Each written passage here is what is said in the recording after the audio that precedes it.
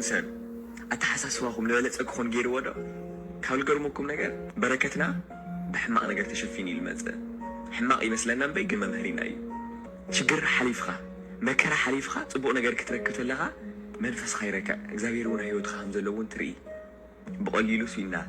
لوتري بقليلو مكينا بقليلو جزا مركاتو وين تسلاتينا لو على نزلينا إخبارون على مؤسفيو كنفلت كنمهر إخبار كم تنسمع زلنا يو أدوناي تأثيرو يولو بزحت تكراتم تأثيرو لتعلونا يو لقبق نجر أيكونانيو مكنياتهم أدوناي سكسر لقبق أيكونين بيانس كم تزلوا لو بكدادنا دمو كندا أدوناي أكدادنو زنت زلسب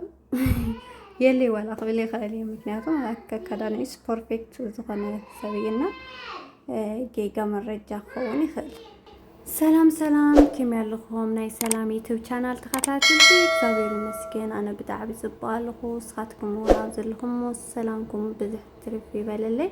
نزي channel حدش تزغنكم لما لايك ناشير سبسكرايب نقار بيتزاويخونو نديوم ناي كل جزي بيتساوي دماني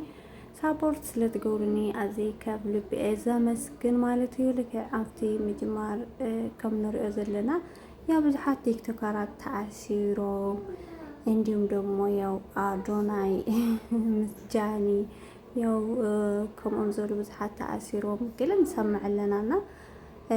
بمجمع يو إخبار أملاخ يو فقادو سلزقبر مالتي إخبار أملاخ بواصو يفتر لهم ያው ምን ታይገጥ ይሞክብ على ይካልኒ አወድ ሰባት ደቅ ሰባት ያው ንሕና ኩሉ ግዜ ቻሌንጅ እንቅፋት ከጋጥመና ስለዝኽል እንዲሁም ደግሞ በጽብቅ መንገድ ትጓዝ ተለኻ ደግሞ ፈተና አዚ ስለዝበዝሐካ ስለዚህ ያው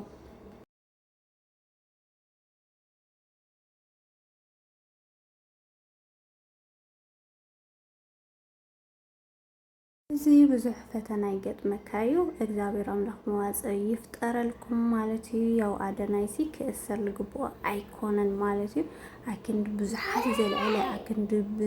بزحات قمات زي العلا سي يو ما أسرتي يقبوا زي كونس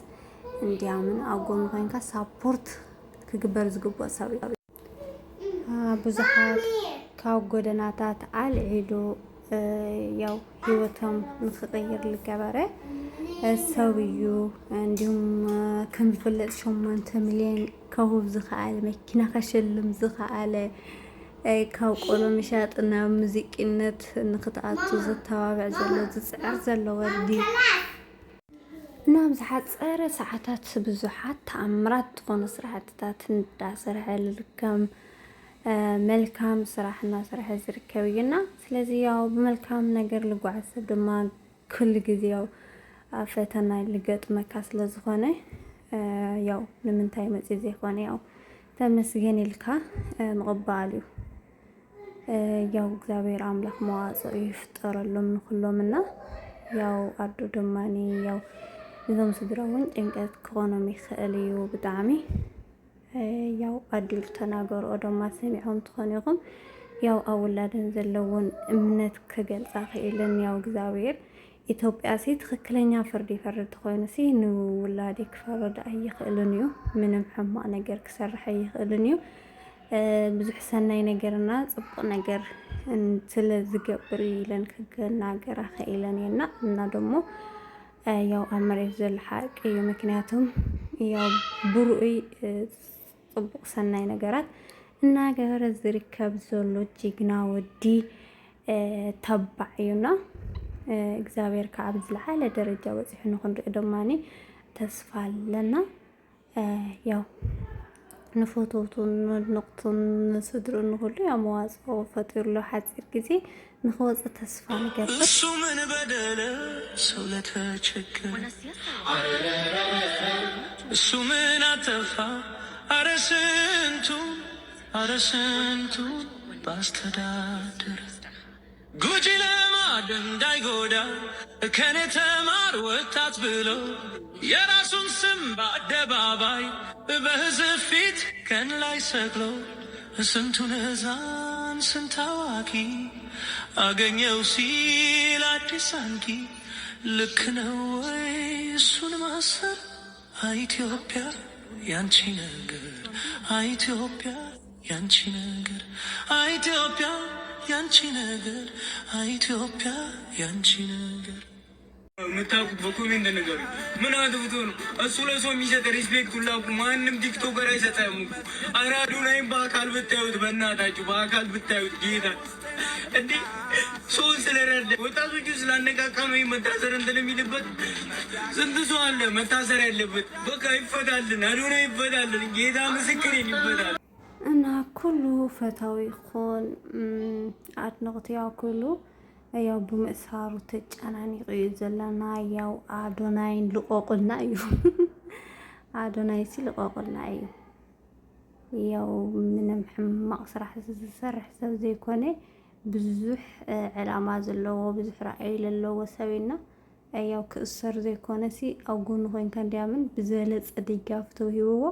ኣብ ዝለዓለ ደረጃ ንክበፅሕ ክተባባዕ ዝግብኦ ኣብ ጎኑ ኮይንካ ጠጠው ኢሉ ያው ህዝቢ ኢትዮጵያ ሁሉ ሲ ኣብ ጎኑ ጠጠው ኢሉ ከተባብዖ ዝግባእ ሰብ እዩና እና ማእሰርቲ ኮነ ነይሩ ዝግብኦ ያው እግዚአብሔር ልፈቀዶ ስለ ዝገብር ደማኒ ያው እግዚአብሔር ከዓ ብፈቃዱ ኣብ ዝሓፀረ ግዜ መዋፅኦ ፈጢሩሉ ወፂኡ ንክንሰምዕ ደማኒ ተስፋ ኣለና። ምክንያቱም አዶናይ ክእሰረ ይግብኦን እዩ። ያው ደሞ እንዲሁም በካዳድና ደግሞ ክንዳ አዶናይ ዝንጥ ኢሉ እንደናሎ ዲሁ ምክንያቱም ዘናይሉ ናብ ዝዓላዓለ ጉዳያት ክኽርከሉ ንዋዕልና ዓብይ ጉዳይ ክኽርከሉ ንዋዕሉ ሲ ሶፋ ክብል ደሊ ነይረና ሱፍ ተኸዲኑ እንዲያምን ዝኸይድ ማለት እዩ እና ያው ሱፍ ተኸዲንካ ከዓ ባህልና እዩ ምዕረግነት እዩ። ስለዚ በከደንናስ ክእሰራ ይኽእልን እዩ። ያው ለማንኛውም ዝፈቀድኩሞ ገይርኩም ዝሓሰብኩሞ ገይርኩም ኣለኹም። ያው ብፍቃድ ኣምላኽ ከዓ ንክወፅእ ሙሉእ ተስፋ ኣለኒና ያው ኩልና ደግሞ ብዓቅምና ጸሎት ክንገብረሉ እዩ ዘለና ንጅግና ዝኾነ ወዲ ማለት እዩ። አዶናይ ክፍታሕ እዩ። ምክንያቱ አዶናይ ፀገም የብሉ አዶናይ በካዳድና እንዳሕር ተኸሲሶሞ ከም አዶናይ አካዳድና ደስ ዝብል ሰብ የለን። ብፍላይ ኣብ ዓብይ ዝግጅታት ክኸይድ ከሎ ተሪኢኹሞ ሱፍ ተኸዲኑ ዝኸይድ አዶናይ ኣብ ፅርግያ ወዲኦም ዝነበሩ ቆልዑት ኣተሲኡ ኣብ ዝለዓለ ደረጃ ዘብፅሕ እዩ። አዶናይ ካብ ትግራይ ወሲዱ ሓንቲ ጓል ኣንስተይቲ ኣብ ዝለዓለ ደረጃ ንከብፅሓ ዝፀዓረ ሰብ እዩ። አዶናይ ካብ ዱባይ ከይዱ ሓንቲ ደራፊት ንክገብራ ዝገብር ዘሎ ዝፀዓረ ሰብ እዩ። አዶናይ ብዙሕ ነገር ዝሰርሐ እዩ። አዶናይ 8 ሚልዮን ዝኣክል ንፅጉማት ዘበርከተ እዩ። አዶናይ ንዘቦና እዚ ትርእይዎ ዝኒኢኹም ያው ኩሉ ሰብ ውጭ ይልላሎ ንክወፅእ ምክንያቱም ልግብኦ ነገር ኣይኮነን ተባሂሉና መሬት ዘለ ሓቂ እዩ። ስለዚ ያው እግዚአብሔር መዋፅእ ይፍጠረሉ ንኩሎ ማለት እዩ። ንጃኒ ንኩሎም ቲክቶከራት መዋፅእ ይፍጠረሎም እና ነረ ንፃንሒት ንዚ መስል ሓሳብ አስተያየትኩም ኣብ ኮመንት ተጻሓፉልይ ኢኹም። بخالي تحسي لك سكاولو متأكم لما سسنا ينعاهم باي باي تعمل فوتوكم لايك نا سبسكرايب مقار كي ترسعي